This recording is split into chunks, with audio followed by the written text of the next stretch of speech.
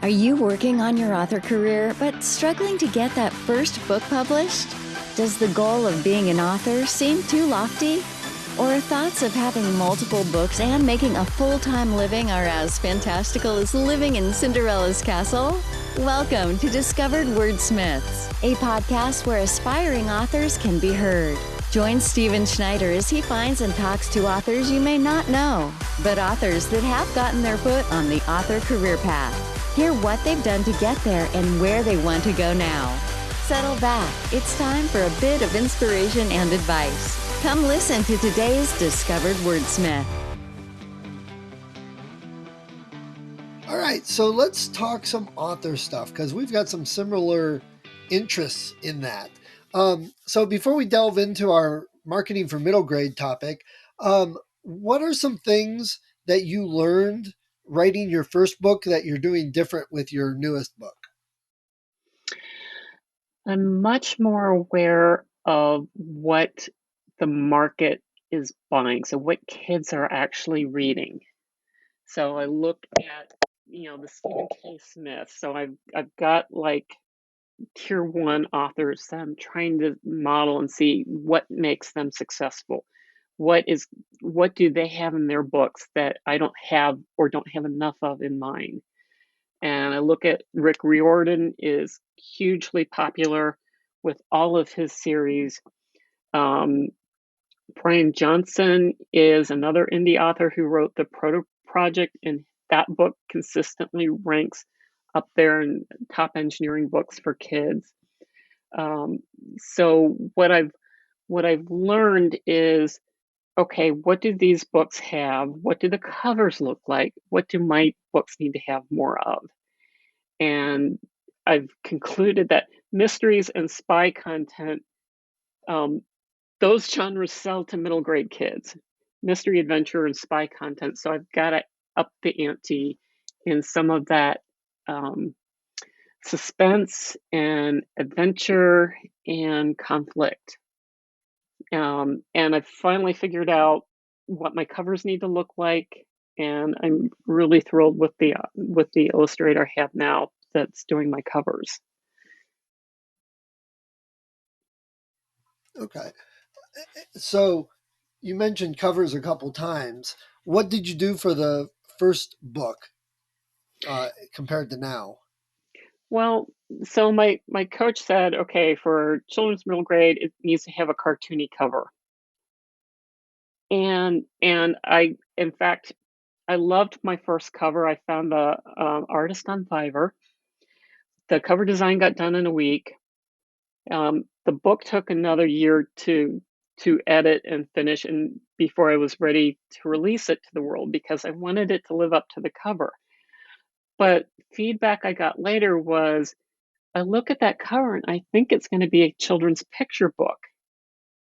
So when I started learning about tier ones and really understanding different genres and what the covers looked like, I realized that, like the middle grade mystery or the Nancy Drew or the Stephen K. Smith, they are drawn covers, but they are not cartoony. So, just understanding that subtlety is like, okay, it's not a composited picture of a person, although I've seen some books that really, I can't tell if they're artwork or if they're photographed. But it just, and one of my redesign attempts just was not fun and pleasant. I went through a company and you're working through a middleman who's farming it out to an artist. And, if you've done hardcover and paperback and ebook, with hardcover, you've got all this wrap around. You've got almost 3/4 of an inch that you need to wrap around the case for the binding. So your artwork, you got to have extra margin on your artwork and communicating that to the art. So when she finally fixed it for the hardcover, she fixed it for the paperback. So now I had all that extra margin in the paperback cover. So I just, and there was other stuff going on with my family and health and stuff at the time that I wasn't as effective checking all the files. I thought, okay, she just needed to change one thing, and then I'd go back and start working with the files like, oh, she changed everything and now this file's wrong. So it made me, unfortunately, too reluctant to tackle the cover redesign because I didn't know where to go. And finally, I got to the point where, okay, I won this award. I have to get a good cover. I have to figure out the cover Right. redesign. So I waited too long, but it's done now. So it's a learning process. Okay. You Yes. And when you're writing, what software and services do you like to use? well, early on, I tried Scrivener and loved it. So I am not a Scrivener pro. I bought one of those courses to learn Scrivener, and I like it so much more than Word because it lets me write by chapter and reorganize and drag and drop. And both my editors, so I've got a developmental editor and a copy editor, they both use Word. So I still have to export it to Word. I do my ebooks in Vellum. So I'm a Mac user. So I can do the ebook formatting myself. I'm also a longtime Adobe Suite user. So Photoshop, Illustrator, and InDesign. I've used Photoshop and Illustrator since the early 1990s. And InDesign, I've started using more recently, more like 2017, 2018. But my sister's also in the marketing and editing industry, and she's very proficient with InDesign. So if I need help with tips, she can always help me out. So, and I've been using it for That's my always a dog training nice. club's newsletter. So I've been building my InDesign skills, but basically I did my own InDesign formatting of book one, and then I got my sister to do book two for me, and she set it up better. And then book three, I was able to do on my own. So Nice. I've built Yeah, my skill I think base. you and I are I think you and I are pretty similar, not only just writing middle grade, but I did the same thing. Um, I wrote on Word and very quickly discovered, yeah, this isn't going to be tenable for the long haul. I need something different. And that's when I discovered Scrivener. And I sometimes people will say, oh, I tried to use Scrivener. It was so confusing and I didn't get it and blah, blah, blah. And I look at them like, what do you mean confusing? It was super easy and made sense. And I dove right in. So I think it's just the different way people's brains work. Yeah, and I think one thing I did that helped me is I did do this course kind of thing, which I went through enough of the videos that made me feel like, okay, I know how to set up my, my files, my chapters, and and you got a choice about how many individual, text things that you fit it into, but it is absolutely my favorite software for writing. And the format, you can't do Yeah, as much formatting in agreed. Scrivener as you can with Word, but you can't do that much formatting with Vellum either. So if you're doing a very technical document, you got to figure out, well, what can you do through ebook? Because you don't have all the formats, all the detail formatting in ebook that you do with a Right. print document. And if you really want to get fancy, you can do everything you want to do in InDesign. It's just a matter of what software you're going to use to get the words ready to plug into Vellum or InDesign. Right. Yeah. And all I'm writing is middle grade novels, stories. So I'm not that worried about 300 million formatting options. No, It's not and going to be and in the books anyway.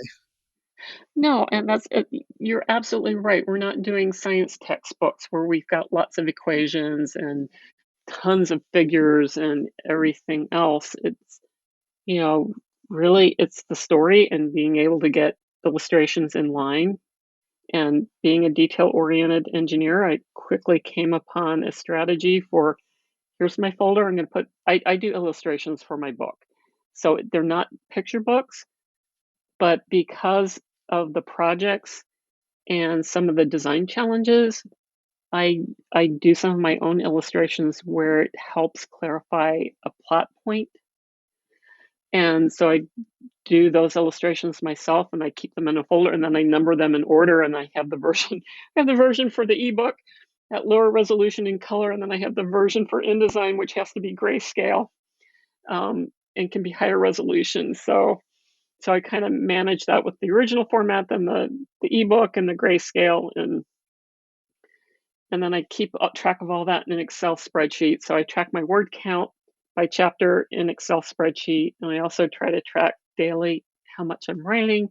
So I kind of see, okay, which days I'm writing. That helps me maintain momentum and see how much more do I have to write for my kind of word count to kind of sweet spot target. And then I keep my illustrations in there too. So I can track, okay, which illustrations am I actually using? What's the number? So when I build the files, I can pull the right illustrations in the correct order. Yeah. Yeah. So since we both have the similar problem, let's define this for people, because I hear a lot of people talking about their marketing and their strategies. And there's a lot, and it's funny, now that I have been writing for a while, I don't have a lot out, but I've gotten some things written that I'm getting out. But I hear people that are like just sitting down, they have one chapter written and they start well, where should I publish this? And what ads should I run? Should I do this type of ad? I'm like, and I understand now. I'm like, finish your book. I mean, without a book, And, none of this makes sense, because 6 months from now it could change. Um, so now that I'm at the point where things other than writing the book are making a little more sense, I've been looking at all these strategies, and people are like, well, I recommend Amazon ads, and I recommend Kindle Unlimited to get started, and then move it wide with Draft to Digital or this, and offer the first book for free and write in a series and this, that. And I'm listening to all this going, okay, great. And it just always didn't feel quite right with some of it. But hey, what do I know? I'm just starting out. Well, what I discovered was almost none of that advice applies to middle grade. exactly. At all. Is Yeah, and So other people. ebooks in general, I sell more paperbacks, I think, to middle grade because the parents or the grandparents want to give their kids a physical book. And I actually hear that the kids want to read a physical book because if they're on a tablet, people think that they're playing a video game. So they want to be seen as reading. So I'd say the Kindle And Unlimited or Draft to Digital, I've never sold a single ebook on Draft to Digital. And then I don't think I've had many Kindle Unlimited page reads either. What Kindle Unlimited will right, do, it gives you 5 free days. Every 90 days, you can set your price to free, which if you're asking for launch team reviews, it's much a nicer ask to be able to say, hey, can you download my book for free and leave an honest review, and they don't have to pay for it. My first book was, I could get down to 99 cents, and everybody that reviewed it pretty much paid the 99 cents and bought the book. But the next 2 books, the file sizes were up, and the lowest price I could set them to was $1.99. So setting some free days and asking my team for reviews, that helped me get some at least minimum number of reviews out. So that, I think, is the biggest plus for Kindle Unlimited for middle grade. However, if you want to do a joint promo with some other authors to build your mailing list and give away a free book, Amazon kind of says, hey, if you're in Kindle Unlimited, you can't share a digital copy anywhere else. right. And they say digital.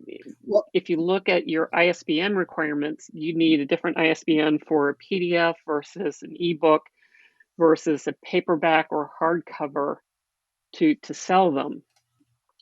So when my Kindle Unlimited expired on book one and I was planning a joint author promo um, rolling up to Christmas, I felt like, okay, I'm squeaky clean because my book one is not in Kindle Unlimited anymore. I can offer a free PDF. And, I picked up about another 22 or so newsletter subscribers that way. Still baby Nice. steps.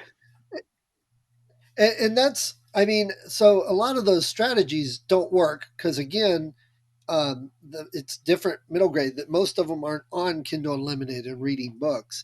And like you said, most of them want something to hold. Uh, for whatever the reason, it's across the board with the younger crowd. So a lot of those strategies don't work whatsoever, and people don't get that. And let me just say, what got me to have that light bulb moment and realize it was when I fully understood what I was trying to do, and that I'm not selling to the end reader. I'm selling to the end reader's parents. So that totally changes how you view any of your marketing. It's really tough because you're not only, okay, so you're marketing to kids, so you have to have a compelling story or plot, that the kids are going to want to read it if it's given to them. But you first have to get through the gatekeeper barrier of the parent or the grandparent or the uncle or aunt, the person who actually has the money to buy the book. So you've got to pass those hurdles. And then if the kid likes it, they might actually read it. And if you're really lucky and lightning Right, strikes, somebody might actually leave a review. right. And that's the hardest part is getting the kids to be interested and want to mention it, and also having the parents with the checkbooks or digital Credit wallets cards. to Yeah. know about it. Because kids don't see an ad for a book or a flyer and run home and say, "I got to have this book." So you got it. It's One, almost a two-pronged marketing approach. You have to build it is. awareness with kids and sell it to the parents somehow at the same Or time. teachers, if you can get into schools. There was a podcast or something, I forget which organization did it, but it was from a successful author from the Houston, Texas area. And her advice was get into schools, do school visits. Of course, this was pre COVID. And it's like if you can get Yeah. into schools and you can get teachers to be excited about your book, um, that that's a way to get into the hands of students and be recommended to parents.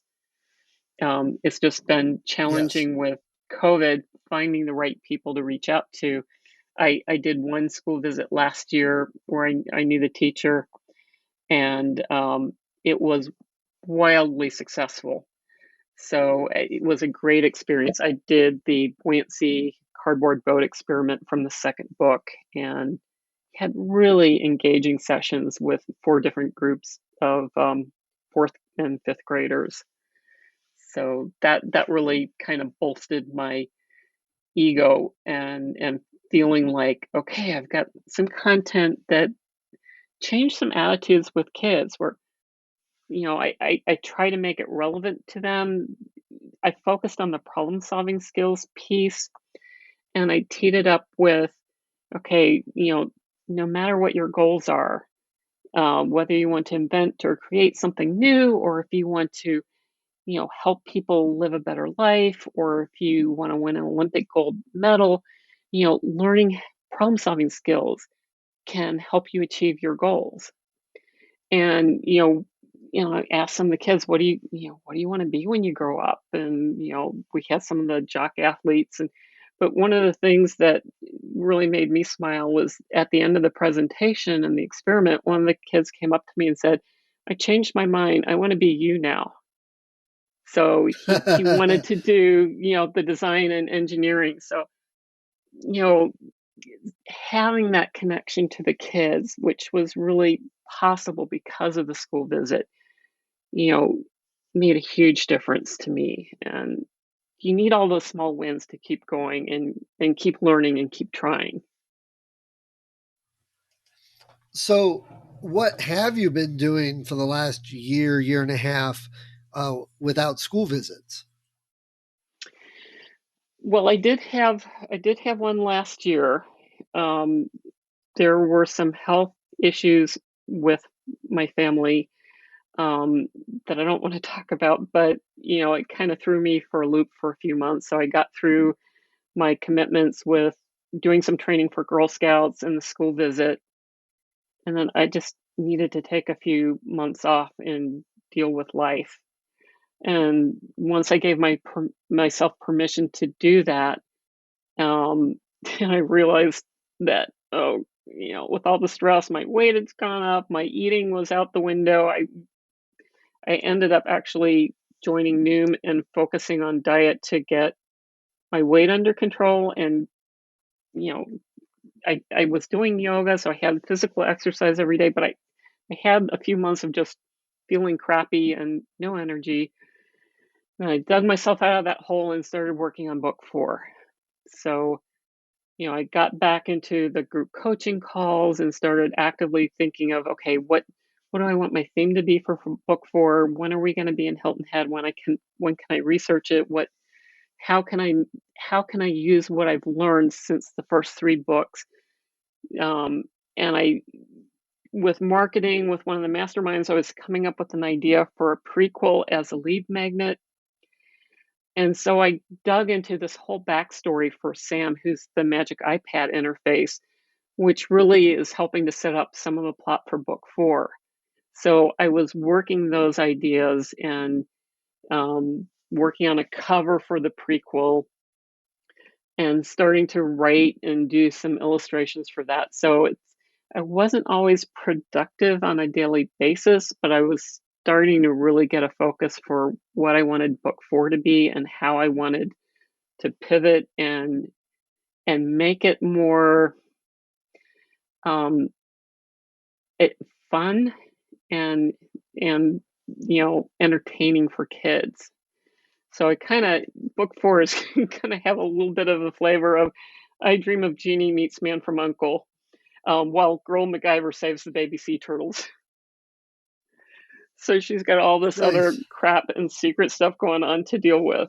So I'm having a lot of fun with book 4. Nice. So I do agree with you that getting it in the hands of people that can recommend it to others. I know some people have mentioned like uh, after school reading groups they have at libraries and stuff. Have you been able to do anything with libraries? So I haven't tried since COVID, but I'm glad you mentioned that because before even before I started writing, um, we lost our older dogs a couple years ago. But George was a black retriever mix who I had certified as a therapy dog, and we used to do tail wagging tutors at the local library. So that would be where you'd come with your dog and you'd sit down on the ground, and the kids would rotate between dogs and they'd bring a book and they would read to the dog because the dog was really, a really cool listener and didn't judge their pronunciation. And it made reading more motivating for the kids. So, and during Nice. all that tail wagging tutors work, I got introduced to, okay, here's what kids are reading, and here's books about this golden retriever, and here's books about this 2 cartoon characters, a rat and an elephant, and I started thinking I could write something better than that or as good as that. And when you kind of look at here's what they're reading, it's like, okay, I don't have to be a Nobel Prize winning author to write entertaining children's fiction. Um, and maybe I can change some attitudes with it. So yeah, if we get through this Omicron stuff, I think I need to approach the local library and see about, you know, can we do something? I have reached out to them and I've gifted them with a set of my books. So, and I was able to see that, yeah, they're getting checked out and they've bought more copies. So, um, getting into local libraries has been a goal. I did do hardcover versions last October, November, and did work with an organization that was targeting libraries. And I sold some hardcover books, but I'm not quite to the point where I'm getting lots of orders there. But I think the way is really start local and try to do in-person visits. Yeah, I agree. And possibly one All of the right. ideas that's been kicking up in a couple mastermind groups has been going to maybe a local farmers market. And the trick now, I had some fellow author friends who tried to do something like that, and they sold a few copies of their own books. But some of us sent like 10 copies of our books, and they weren't able to sell any of anybody else's. And I hear that can be a mixed bag, but since my books focus on STEM experiments, I was thinking about possibly trying, to attend a few farmers markets this summer and have a different STEM experiment each day. So there's an activity that kids could engage with if they come to my booth. And the goal being just to raise awareness that, hey, I'm a local author, here's my books. There's some expense there with, a tent and a banner and some tables and hauling some of your books around. But I think with my books, and all of them have an experiment, if I could do some fun experiments and games that would maybe get some attention and catch some parents' eyes. And, maybe they don't bring their kids the first week, but if they know I'm going to be there the next week, maybe they come back and bring their kids. Right. And I've heard several people that do little local things like that, not necessarily a book fair, something that's just Yeah. local to raise some awareness. hmm And I realize Okay. we're experimenting, we're trying different things. And the thing is, try something, test it, see what works. You know, don't don't bet your retirement money on it. Um, Right. you, but it's very much, I think, try something, test it, and don't get frustrated if it doesn't catch. It's all kind of cumulative. Right. Agreed. All right. Well, Marcia, it's been really great hearing about your books and talking to you about some middle grade stuff. So before we go, do you have any other last minute advice for new authors? If you want to write, know your why you want to do this, what's important to you. Because it is not easy. It can be extremely rewarding, and I am so grateful that I've done this, and I've got 3 books out. But, you know, set realistic expectations. Understand why you're doing it. If you're doing it to make a lot of money, stop. Um, it may take 5-10 years to get enough books out there and get enough marketing power behind you to start making a profit. So be thoughtful about your goals. Uh, what I've heard is it's easiest to get through your first book if it's a passion project. Use it as a learning experience. Don't beat yourself up if it doesn't sell because you've got so much to learn. And the first thing you have to learn is how to publish a book. The next thing you need to learn is how to market your books.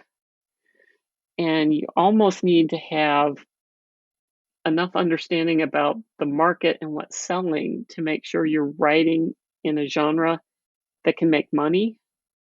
So researching your book topics up front and your keywords and categories can kind of help let you know what's selling, what's not.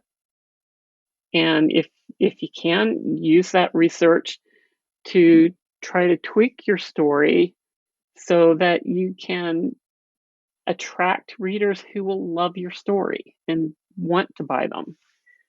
But, you know, especially if you're doing middle grade, cut yourself a break. be patient with yourself and celebrate the small wins. And I would say for middle grade, I think some of the book awards can be very important in providing some credentials. The reader's favorite, you can do a reader's favorite review, which will give you kind of an independent assessment that's not a friend or family of what they think of your book, that can make you feel like, okay, did I hit or miss? I had great feedback on my reviews, but one of them was, not terribly marketable. So 5-star reviews and some really good content, but they recognized that I wasn't really writing to a huge market, not like Rick Riordan, who knows knows how to market his books. Right. But having some of those credentials, Mom's Choice, those can help turn somebody, who's maybe thinking about your book, can help make or break that sale. So having one of those little, meatballs on your cover that says, Mom's Choice Gold Medal Award or Reader's Favorite, award can help build that social proof, which we really need for the children's book market. Right. Agreed. Great. Well, Marcia, it's been really fun talking to you this afternoon. I appreciate you taking some time to get on and tell us about your books and talk some marketing for middle graders. It's been a lot of fun, Stephen. Thanks again for having me. Have a great week. Thank you for listening to Discovered Wordsmiths. Come back next week and listen to another author discuss the road they've traveled, and maybe, sometime in the near future, it might be you.